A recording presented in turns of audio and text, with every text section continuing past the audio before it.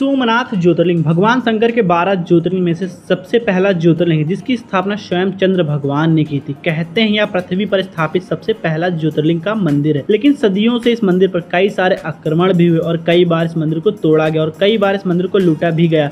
लेकिन फिर भी आज ये सीना ताने जस का तस खड़ा है और अपने भक्तों की मनोकामनाएं पूर्ण कर रहा है। हर साल लाखों भक्त सोमनाथ की यात्रा पे आते हैं। अगर आप भी सोमनाथ की यात्रा पे जाने वाले हैं तो आज का यह वीडियो आपके लिए ही है। आज की वीडियो में हम जानेंगे कैसे आप सोमनाथ की यात्रा पे जा सकते हैं, सोमनाथ में रुकने की क्या व्यवस्थाएं हैं, सोमनाथ में खाने पीने की क्या व्यवस्थाएं हैं, सोमनाथ की ट्रिप आपको कितने दिन की प्लान करनी चाहिए, सोमनाथ जाने का सबसे सही समय क्या होता है, अगर आप सोमनाथ जा रहे तो सोमनाथ के साथ साथ आपको कहां पे जाकर और विजिट कर लेना चाहिए, क्योंकि यहीं पर भगवान श्री कृष्ण का अंतिम क्षण भी बीता था। और आखिर में ये भी जानेंगे कि सोमनाथ की ट्रिप पे कितना खर्च आने वाला है। तो दोस्तों वीडियो को पूरा देखिएगा और अगर आपका कोई सवाल है सोमनाथ की यात्रा से जुड़ा हुआ तो कमेंट में कमेंट कर सकते हैं, जिसका जवाब आपको तुरंत ही दिया जाएगा। तो चलिए वीडियो को शुरू करते हैं। सोमनाथ मंदिर गुजरात के पश्चिम तट पर सौराष्ट्र में वेरावल बंदरगाह के पास प्रभास पाटन में स्थित है। यह मंदिर भारत में भगवान शिव के 12 ज्योतिर्लिंग मंदिरों में से सबसे पहला माना जाता है और यह गुजरात का एक महत्वपूर्ण तीर्थ और पर्यटन स्थल भी है। आप यहाँ पे 3 तरीके से जा सकते हैं। सबसे पहला और सस्ता तरीका है बाई ट्रेन। सोमनाथ मंदिर का सबसे नजदीकी रेलवे स्टेशन है वेरावल। भारत के सभी मुख्य शहरों से वेरावल के लिए सीधे ट्रेन की सुविधा उपलब्ध हो जाती है। तो आप बाई ट्रेन वेरावल आ जाइए। वेरावल स्टेशन से सोमनाथ मंदिर की दूरी मात्र 7 किलोमीटर के आसपास की है। आप वेरावल स्टेशन से बाहर निकलते तो यहाँ पे आपको शेयरिंग ऑटो मिल जाता है, जिसमें आप 20-20 रुपए देके सोमनाथ मंदिर तक जा सकते हैं। इसके अलावा अगर आप वेरावल से पूरा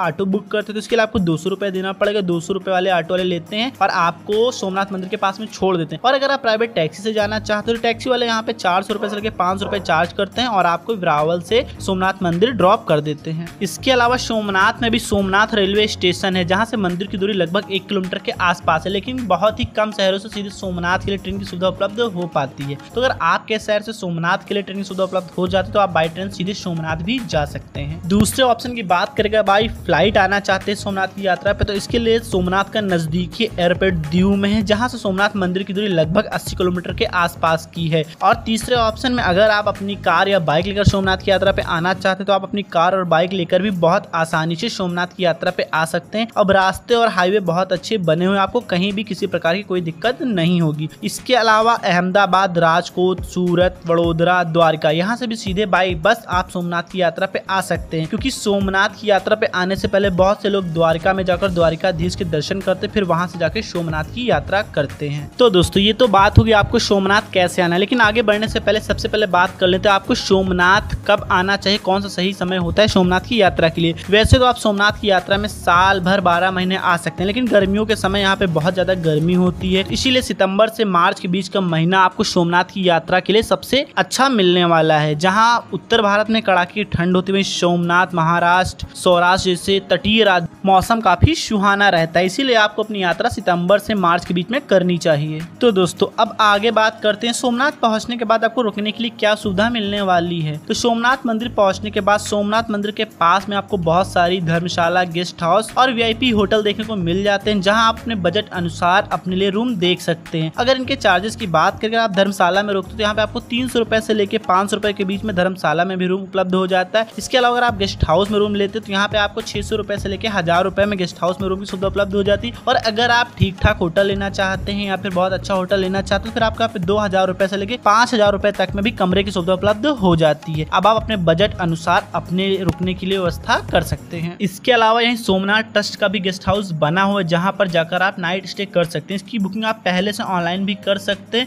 और अगर आप ऑनलाइन बुकिंग नहीं करते हैं तो आप सीधे पहुंच के ऑफलाइन बुकिंग भी कर सकते हैं। अगर आपको ऑनलाइन बुकिंग करनी है तो आपको इसके लिए जाना होगा www.somnath.org पे। आप इस वेबसाइट पे जाके पहले से रूम में बुकिंग कर सकते हैं। अगर रूम के चार्जेस की बात करूँ तो यहाँ पे आपको 700 रुपए से लेकर 800 रुपए में नॉन AC रूम और 1100 रुपए से लेकर 1200 रुपए के बीच में AC रूम की सुविधा उपलब्ध हो जाती है। तो दोस्तों बात करते हैं आपको मंदिर में दर्शन करने किस समय जाना चाहिए। तो सोमनाथ मंदिर सुबह 6 बजे खुल जाता है और रात में 9 बजे तक भक्तों के लिए खुला रहता है। अगर आरती में आप सम्मिलित होना चाहते हैं, सोमनाथ मंदिर में सुबह 7 बजे आरती होती है, उसके बाद 12 बजे दोपहर की आरती होती है, फिर शाम को 7 बजे सोमनाथ मंदिर में आरती होती है। तो दोस्तों अभी हम लोग चलते हैं सुबह सोमनाथ मंदिर में दर्शन करने के लिए। मंदिर के अंदर दर्शन करने जाने से पहले आपके साथ जितना भी सामान है, जैसे कि मोबाइल फोन, चाबी, बेल्ट, पर्ची, सारा सामान आप अंदर लेके नहीं जा सकते हैं। तो आप चाहें तो सारा सामान रूम पे छोड़ के आ सकते हैं और अगर आप रूम पे रखना भूल गए तो यहीं पे क्लॉक रूम बने हुए हैं, आप यहाँ पे अपना सारा सामान जमा कर सकते हैं। इसके बाद आपको जाना है मंदिर में दर्शन करने के लिए। दर्शन करने के लिए आपको लाइन में लगना होता है। कभी कभी भीड़ ज्यादा होती है तो 1 से 1.5 घंटे का समय लग जाता है दर्शन करने में,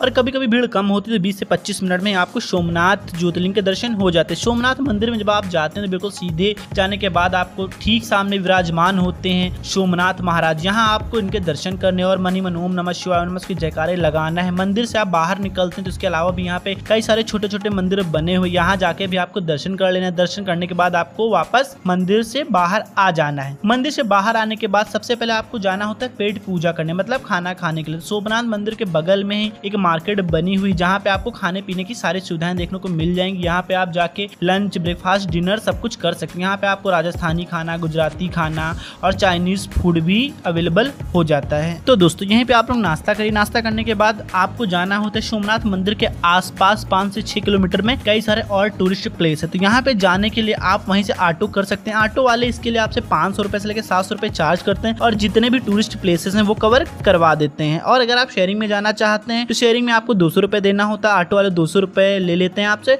और आपको जितने भी तीर्थ स्थान है वो कवर करा देते हैं। तो दोस्तों सोमनाथ मंदिर में दर्शन करने के बाद सबसे पहले आपको जाना होता है सोमनाथ मंदिर के बगल से एक रास्ता गया है छोटा सा, यहीं पर पुराना सोमनाथ मंदिर बना हुआ है। कहते हैं इसकी स्थापना अहिल्याबाई द्वारा की गई। तो यहाँ जाकर भी आपको दर्शन कर लेना और इनका भी आशीर्वाद ले लेना है। इसके बाद आपको जाना है त्रिवेणी संगम, जहाँ पे 3 नदियों का संगम होता है, हिरण्या, कपिला और सरस्वती। तो इस संगम में जाके भी आपको यहाँ पे इनके दर्शन कर लेना है। और बहुत से लोग यहाँ पे स्नान करते हैं तो आप इस संगम में जाके स्नान भी कर सकते हैं। और ये त्रिवेणी संगम के पास में बना हुआ सूर्य मंदिर, तो आप जाके सूर्य मंदिर भी विजिट कर सकते हैं। यह बहुत ही प्राचीन और पुराना है। इसके बाद आपको जाना होता है गोलोक धाम तीर्थ, जो कि त्रिवेणी संगम से करीब 1.5 किलोमीटर आगे जाने पे पड़ता है। यही गोलोक धाम तीर्थ में आपको भगवान श्री कृष्ण के पद चिन्ह के दर्शन होते हैं। गोलोक धाम तीर्थ में गीता मंदिर, लक्ष्मी नारायण मंदिर, श्री कृष्ण चरण पादुका, गोलोक घाट, काशी विश्वनाथ मंदिर, महाप्रभु जी की बैठक, भीमनाथ मंदिर और बलदेव की गुफा भी बनी हुई। इतने सारे मंदिर आपको गोलोक धाम में मिलते हैं। यहीं पे आपको सबके दर्शन कर लेने, विजिट कर लेना।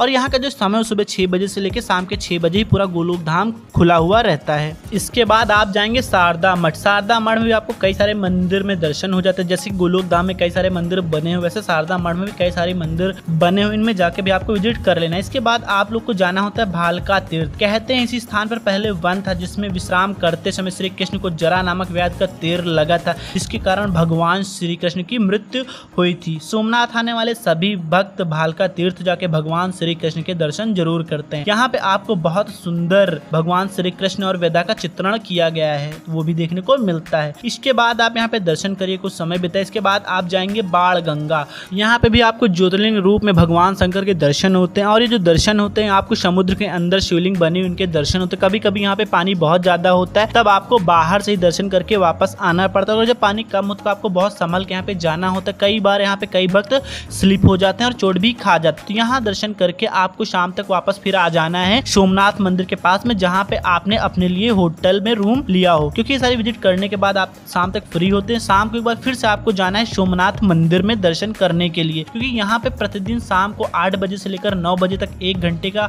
साउंड एंड लाइट शो का आयोजन किया जाता है, जो कि बहुत ही भव्य और बहुत ही सुंदर होता है। आप सोमनाथ की यात्रा पे जा रहे हैं तो आपको यह लाइट एंड साउंड शो जरूर देखना चाहिए। इसके लिए आपको 25 रुपए का टिकट लेना होता है और 25 रुपए का टिकट लेके आप यह देख सकते हैं। और यह जो सुंदर चित्रण यहाँ पे किया जाता है वो अमिताभ बच्चन की बहुत ही प्रभावशाली आवाज में किया जाता है। इस लाइट एंड साउंड शो में आपको सोमनाथ मंदिर की पौराणिक कहानियां, इतिहास और आसपास के जितने भी महत्वपूर्ण स्थान इसी के बारे में सारी जानकारी दी जाती है। दोस्तों अगर आपके पास समय है तो इसके अलावा भी कई सारी जगह हैं जहाँ पे जाके आप सोमनाथ में विजिट कर सकते हैं। अब बात आती है आपको सोमनाथ की ट्रिप कितने दिन की प्लान करनी चाहिए। तो दोस्तों सोमनाथ पहुंचने के बाद आप 1 नाइट का स्टे करके बहुत अच्छे से पूरा सोमनाथ एक्सप्लोर कर सकते हैं। और अगर आपके पास समय है तो फिर आप 2 नाइट का स्टे करके भी पूरा सोमनाथ विजिट कर सकते हैं। बहुत से लोग द्वारकाधीश में दर्शन करने के बाद भी सोमनाथ में 1 नाइट का स्टे करके पूरा सोमनाथ की ट्रिप एक्सप्लोर कर लेते हैं। तो आप इस तरीके से भी अपनी सोमनाथ की ट्रिप प्लान कर सकते हैं। और अगर आप कहेंगे तो सोमनाथ और द्वारकाधीश की ट्रिप एक साथ कैसे प्लान करें, इसका वीडियो भी बनाकर मैं अपने चैनल पर